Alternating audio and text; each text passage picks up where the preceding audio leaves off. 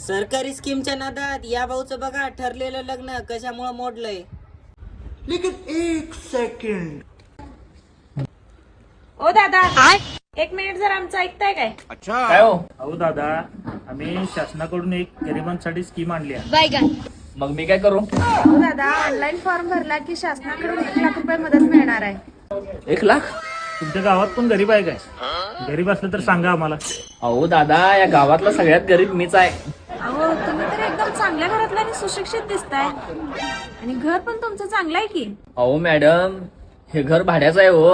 आणि कपडे पण मित्राच्या लॉन्ड्रीतनं मागून आणलोय. मी लई गरीब आहे हो, काय सांगू तुम्हाला. अहो मॅडम, एवढंच नाही, परवा पोरगी बाहेर गेलतो तेव्हा कपडे पण मित्राचेच घेऊन गेलतो आणि गाडी पण मित्राचीच घेऊन गेलतो बघा.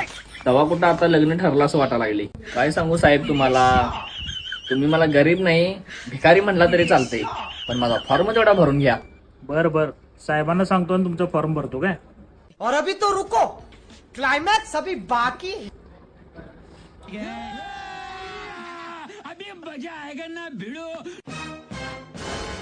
हॅलो तात्या, कसलं काही पोरग बघितलायसा? ते कपडे पण मागून घालते, गाडी मागून आणले. भिकारीच आहे ते. पोरगी कुणाच्या गळ्यात बांधायला त्या ताबडतोब लग्न कॅन्सल करून टाकते. जायला सरकारच्या स्कीमच्या नादात ते ठरलेलं लग्न गडकन मोडते सरकारी वाटतं. गावात सरकारी स्कीमच्या नादात फुकट नफा लग्न मोडलं तू.